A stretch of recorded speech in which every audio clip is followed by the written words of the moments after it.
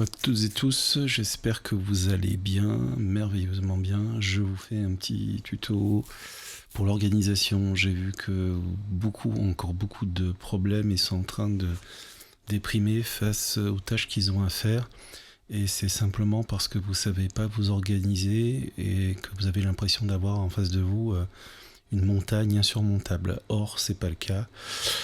Alors, je vous présente une technique qui s'inspire de la technique GTD, qui est une méthode organisationnelle américaine qui fonctionne très bien, et celle-là est simplifiée, donc c'est encore plus facile.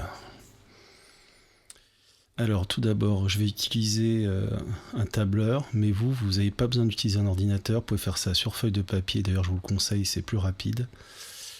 Sur le tableur, c'est surtout pratique quand on veut partager avec des personnes. Alors tout d'abord, ce qu'il nous faut, c'est un petit tableau tout simple. Voilà, hop. Si je peux le réduire, c'est encore mieux. Très bien. Dans ce tableau, je vais peut-être plutôt l'agrandir pour que vous puissiez y voir comme il faut. Alors, dans ce tableau, vous allez mettre, par exemple, la matière à appliquer par hasard. Ce rang-là, on ne va pas en avoir besoin. Voilà. Ensuite, je vais mettre le premier sujet. Donc, par exemple, le sujet va s'appeler la veste. Et puis, je vais décomposer ici le sujet dans ces questions, par exemple. Donc, la question 1, c'est la première souvent. La question 2. La question 3. Et la question 4, et ainsi de suite. Si ça va jusqu'à 12, ça va jusqu'à 12. Et ce que vous allez faire ensuite, c'est que vous pouvez ou ne pas utiliser, mais vous pouvez utiliser les colonnes qui sont à côté pour décomposer ces questions en parties. Alors par exemple, là, ça peut être réfléchir. Ensuite, dessiner. Corriger. Colorier. Et puis vérifier par exemple. D'accord ? Question 2, ça peut être sensiblement les mêmes choses. Question 3, ça pourrait être la même chose. Et puis question 4, par exemple, ce serait dessiner, colorier, puis par exemple modeler. Voilà. Si vous avez besoin de plus d'étapes, il suffit de rajouter des colonnes au fur et à mesure. Alors ce que j'ai fait en faisant ça, c'est que j'ai simplement décomposé un sujet qui est en un tout, qui a l'air gigantesque à faire, en d'abord 4 parties, que chacune de ces parties, je les ai décomposées en 5. Donc 4 x 5, 20, pour ceux qui sont hyper forts en maths. Donc ça fait une question gigantesque qui est décomposée en 20. C'est quand même plus simple à faire. Si je divise 100 kg par 20, je me retrouve avec 5 kg. Et 5 kg, c'est assez facile à porter. Par contre, si je veux soulever 100 kg d'une seule façon, c'est un peu plus difficile. Alors, ce que vous allez faire ensuite, parce que s'il suffisait de décomposer pour faire, ce serait simple. Vous pouvez, par exemple, dans cette ligne-là, si j'arrive à fusionner celui, c'est bien. Mettre la date à laquelle vous devez le rendre. Alors imaginons que c'était à faire pour aujourd'hui. Voilà. Et ça, c'est la date limite à laquelle vous allez devoir rendre le travail. Au milieu. Donc comme ça vous fait quelque chose que vous pouvez tout de suite visualiser dès que vous le regardez. Je vous conseille de mettre des couleurs. Alors, pour le titre, par exemple en bleu, je sais que c'est toujours la même couleur pour le titre du sujet, le travail que j'ai à faire. Et ensuite pour les questions, vous allez voir comment ça marche. Alors d'abord, ce qu'on va faire, c'est qu'on va imaginer qu'on a 2 ou 3 boulots à faire en même temps. Donc on va mettre un deuxième sujet qui va s'appeler par exemple valeur. Dans ce sujet, il y aura par exemple 3 questions. Hop. Allez, descends.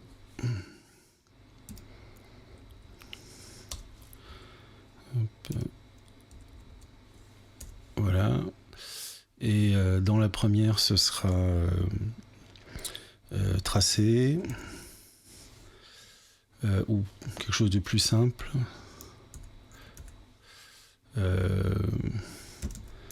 Partie 1. Partie 2. Voilà. Et puis on va imaginer que tous les exercices soient de la même teneur. Voilà. Alors, je vais lui mettre la date aussi. Alors, vous voyez, à l'ordinateur, c'est plus lent à faire qu'à la main. Déjà parce qu'il faut se souvenir des trucs. Et ça, admettons que ce soit à faire pour le 12 avril 2020. Et si ça pouvait se centrer, ce serait plus joli. Voilà. C'est aussi un sujet, donc je le mets de la même couleur que le précédent pour savoir qu'à chaque fois que je regarde, voilà, j'ai ça, j'ai ça, j'ai ça. Et ce que vous allez faire, c'est qu'en fait, chaque étape, là, ça représente entre 10 et 20 minutes de travail. Si c'est moins de 5 minutes, on va faire juste un truc, c'est supprimer les rangs ici. Si j'ai moins de 5 minutes,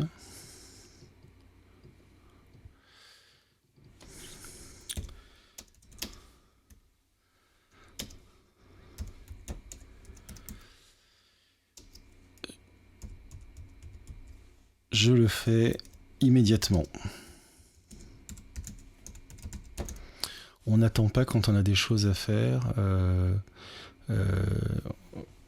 Immédiatement, c'est pas le mot, mais on va le dire sans attendre.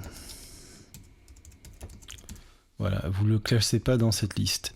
Si ça dépasse 5 minutes, alors là, c'est que vous êtes dans cette catégorie-là. Mais si vous avez des choses que vous pouvez faire comme ça, dans la première ligne, en moins de 5 minutes, vous les faites tout de suite. Il est évident qu'il y a un ordre. C'est-à-dire que ici, c'est le 1. Là, c'est le 2. 3. 4. Alors, vous pouvez sauter des chiffres. Moi, utiliser que des nombres premiers, mais enfin, 1, 2, 3, 4, 5, c'est bien, c'est simple. Et que je vais commencer par 1, puis 2, puis 3, puis 4. Hein. C'est comme pour faire des crêpes. Ça sert à rien de chauffer la poêle si on n'a pas préparé la pâte avant. Donc, vous faites les choses dans cet ordre-là, de gauche à droite. Si vous avez commencé à travailler sur la question 1, par exemple, vous avez fini de réfléchir, eh bien, vous mettez cette case en rouge. J'ai passé 10 minutes, j'ai fini. Et à partir de ce moment-là, si vous voulez vous arrêter et passer à autre chose, vous pouvez. Vous pouvez passer à un autre sujet, un autre exercice, mais au moins vous savez que vous avez déjà entamé. Et si vous avez fini cette étape que vous avez mis en rouge, celle-ci, par exemple, elle va devenir orange. Ça veut dire orange, vous savez, c'est comme les feux rouges. Ça veut dire que j'ai commencé à la faire, elle n'est pas finie, mais je suis en route en train de la faire. Si c'est des sujets où vous pouvez sauter les exercices, n'hésitez pas. Généralement, c'est pas le cas, il faut finir la question 1 pour avoir la question 2. Mais si par exemple vous aviez dans le même temps un tableau similaire, parce que vous avez plusieurs matières, et celui-là il s'appellerait maths. Voilà. Avec un sujet équation, et puis l'autre il s'appellerait suite géométrique par exemple. Et vous aviez des questions pareilles, avec des dates qui peuvent être éventuellement similaires, peu importe. Ici, on enlève toutes les couleurs.